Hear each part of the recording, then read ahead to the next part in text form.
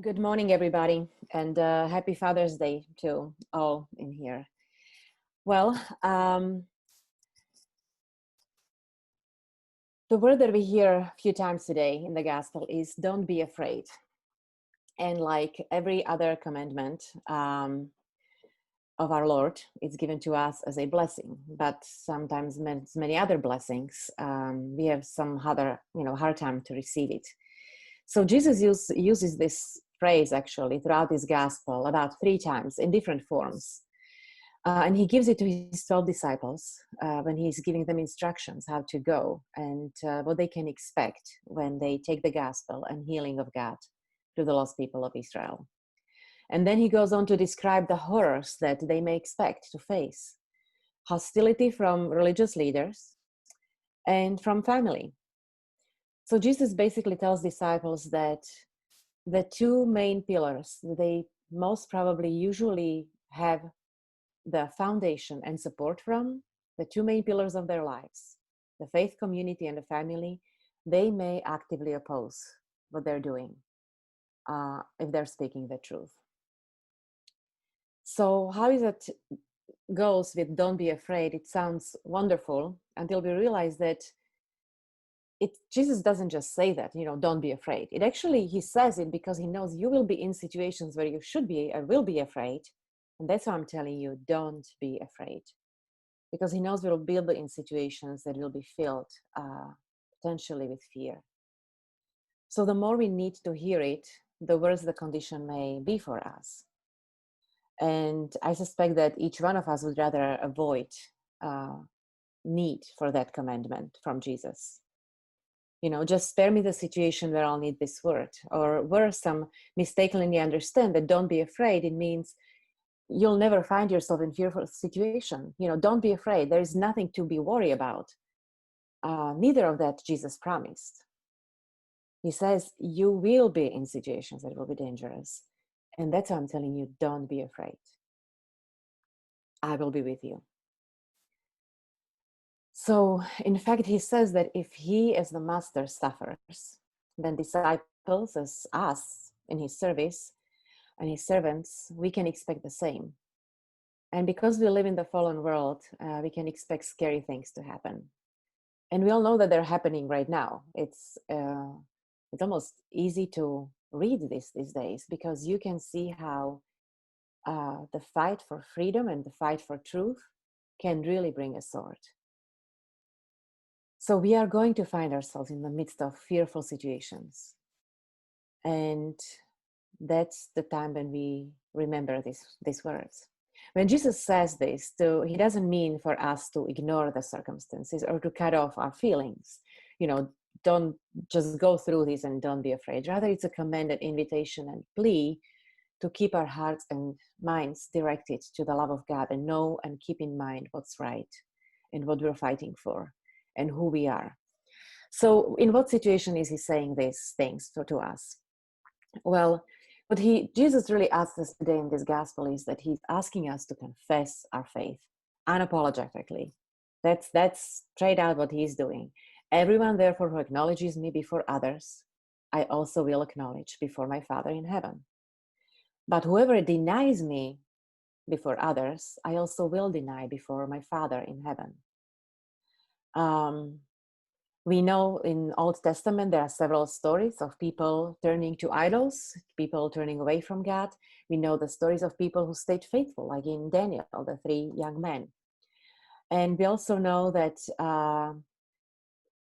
Peter, who denied Jesus, suffered a deep emotional consequences after that, and regret, and he cried. So to confess our faith that we actually do in our church is something that Jesus asks us to do. However, it's really easy to do it in the church building, right? There are boundaries, there is a building, everybody inside believes the same. It's easy to say these words when I can turn left and right and I have the brothers and sisters around. It's more difficult to do that in good times and bad times. It is more difficult to do it out there with people that maybe don't believe the same. If we're in our own family where others don't believe what we believe, to hold our truth and to stand on the truth. We are asked to remember these words also when we are asked to bring some sacrifice. And what I'm talking about is when Jesus says these words that we are not used to listening, hearing from him. And he says, do not think that I have come to bring peace on earth. I have not come to bring peace, but a sword. For I have come to set a man against his father, a daughter against her mother, and a daughter-in-law against her mother-in-law, and one's foes will be members of one's own household. Well, Isaiah calls Jesus, who was going to be born, when he's talking about the baby born in Bethlehem, he calls he will be the Prince of Peace. Then Jesus greets his disciples so many times, peace be with you. And then Paul talks about Jesus, he is our peace. So what kind of sword is Jesus bringing when it's all about peace? Well, sometimes I think that we misunderstand the peace that we are asked to hold and asked to have. I think sometimes we are deformed in our faith by keeping the peace at any cost. And in that case, the peace, I believe the peace that Jesus is talking about is peace in our hearts. Peace in me, in you, in every human being on this earth. That everybody is respected, everybody is appreciated, everybody is treated equally. When we talk about peace, we're not talking about the calm blanket over something that is burning on the inside. When we're talking about peace, we're talking about humanity, about people having peace in their hearts. And I can't have a peace if I'm mistreated. I can't have a peace if I don't have the same rights of everybody else around me. I can't have peace in my heart when I'm constantly put down. I'm suffering. I'm distraught. And very often we believe that peace is just when everything looks calm on the outside. Very often we do it in our churches. Very often in church, in a congregation, but also in church with big C. Very often we do it in society, and very often we do it in our families. Let's not talk about it now. Let's put it to bed. Let's just have a nice dinner. Well, sometimes people need to bring the truth themselves and say what's hurting them so they can have as much peace as the person next to them. And sometimes we have to fight for that peace in our families, in our society, and sometimes that peace must be won by a sword. And that is when Jesus says that we need to speak up.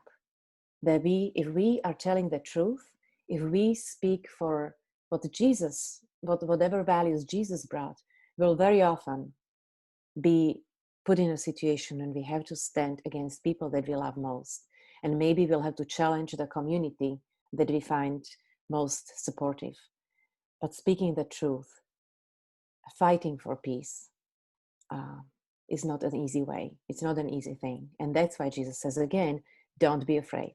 In that situation, you will be put in a place where it's fearful, but don't be afraid. And in that sense, Jesus says, what Jesus asks us to do, it's a lifestyle. Being a Christian, being a Lutheran, it's not just a confession in the safety of church walls. He says, those who find their lives will lose it. And those who lose their life for my sake, they will find it. If I just want to have life for myself, if I want all my values and every comfort that I can have, I'm getting more and more distant from my God. If I lose my life because I believe that I have to speak the truth, I have to fight for those in trouble, that I have to be faithful to what Jesus asks me to do, then I will lose some of the life. But Jesus says, you will find the true meaning. You will find the true life with me. So it is a lifestyle. It's good to know that we're Lutherans, or that we were something else and we're Lutheran Church now. It's good that we know that we're Christians and know some of the history. But unless we go out into the world and confess there, unless we speak up when we know that Jesus would speak up too, until then, we're really keeping Christianity in the safety of confessions in the church. So don't be afraid when Jesus says that. This is for all these situations. And the fear is what happens when our attention is directed primarily to the situation rather than toward Christ.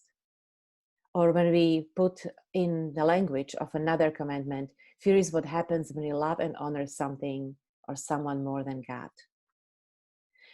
So it's not a promise that because of faith, we will be spared every frightening experience the life can inflict. Rather, it's a promise that we will be spared believing the deceit that anything other than Jesus has the last word over us and over our lives. It's a promise that no matter what we might find ourselves in, that we are Christ and his promise is true to us. So go out there and don't be afraid. Amen.